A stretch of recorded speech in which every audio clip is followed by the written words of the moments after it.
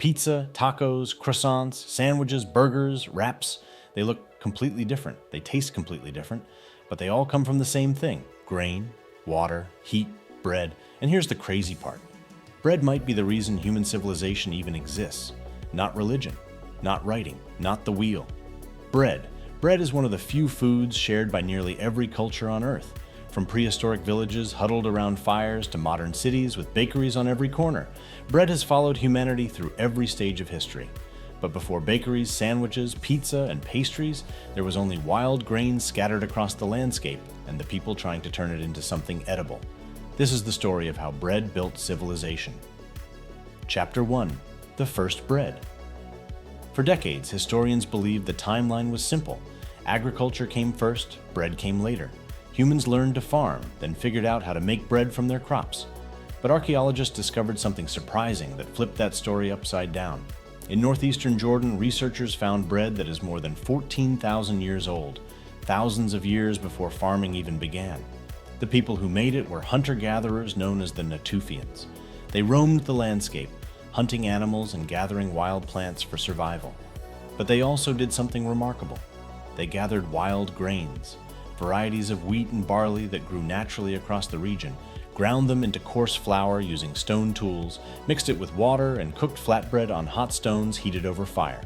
This wasn't modern bread. It was dense, gritty, unleavened. But it was bread. And some historians now believe humans may have started farming specifically to produce grain for bread, not the other way around. Bread didn't follow agriculture. Bread may have created agriculture. Chapter 2. The Fertile Crescent. Around 9000 BC, humans began intentionally growing grain in a region called the Fertile Crescent. This crescent-shaped area stretched from Egypt in the west to Mesopotamia, modern-day Iraq, in the east, nourished by massive rivers like the Nile, Tigris, and Euphrates. Key crops emerged: emmer wheat, einkorn wheat, and barley, grains that could be harvested, stored, and replanted year after year. With steady grain production came flour. With flour came bread. And with bread came something revolutionary: food security. For the first time in human history, people didn't have to hunt and gather constantly. They could settle in one place, build permanent villages, specialize in different jobs, and develop complex societies. Bread wasn't just food. Bread was the foundation of early civilization. Chapter 3. The Discovery of Yeast. For thousands of years, bread remained flat and dense, unleavened loaves that filled stomachs but didn't rise. Then something unexpected happened in ancient Egypt around 4000 BC. A baker, likely exhausted after a long day, forgot dough sitting out in the heat. When they returned hours later, the dough had fermented.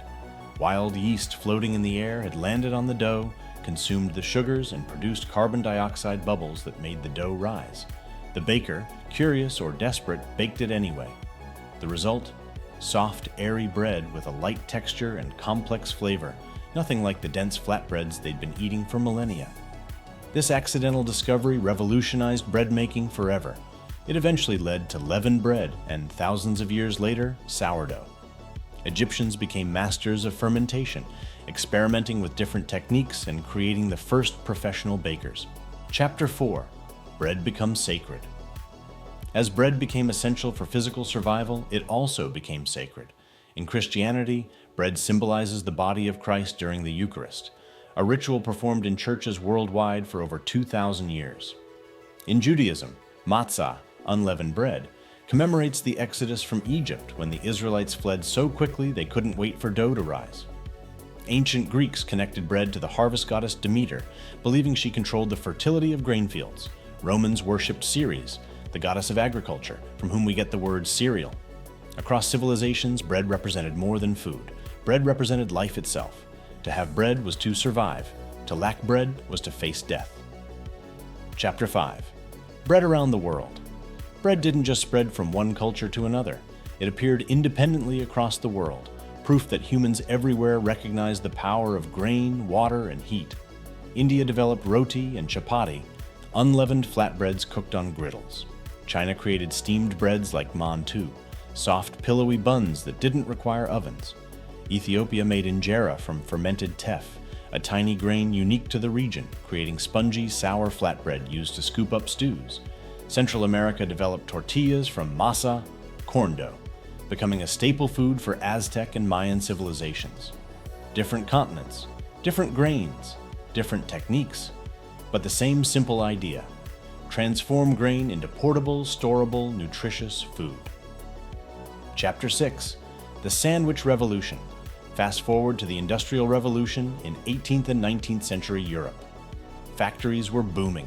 Workers spent 12 to 16 hours a day on assembly lines and in coal mines. They needed food that was portable, quick to eat, and didn't require utensils. Bread became the perfect solution. Legend says John Montagu, the 4th Earl of Sandwich, ordered meat placed between 2 slices of bread so he could eat while gambling, keeping his hands clean and his focus on the game. Whether the story is true or not, the concept spread like wildfire. By the late 1800s, sandwiches had become a global phenomenon. Meat, cheese, vegetables, spreads, all held together by bread. Bread wasn't just a side dish anymore. It was the delivery system for an infinite variety of meals. Chapter 7. Sliced bread. In 1928, an inventor named Otto Rohwedder unveiled a machine that would change breakfast forever, the first commercial bread slicing machine.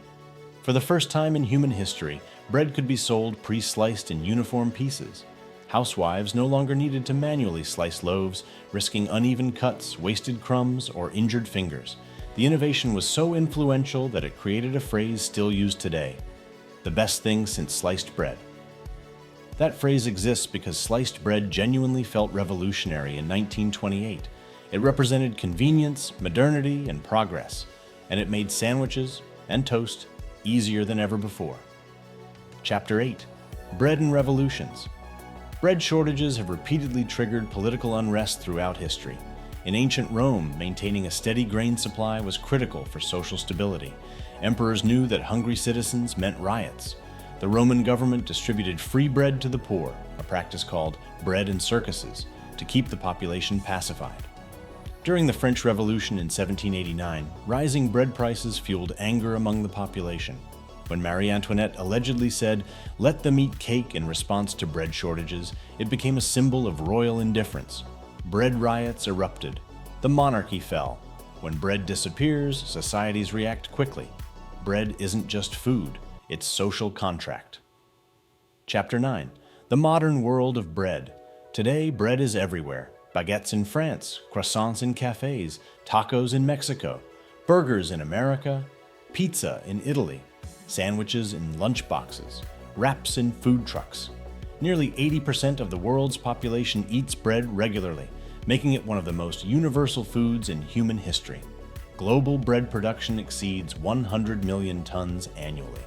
From artisan bakeries hand-shaping sourdough loaves to industrial factories producing thousands of loaves per hour, bread remains as essential now as it was 14,000 years ago. From prehistoric flatbread cooked on hot stones to modern fast food wrapped in soft tortillas, bread has followed humanity through every stage of development. Few foods are as simple, just grain, water, and heat, and few foods have shaped civilization as profoundly. Bread fed armies.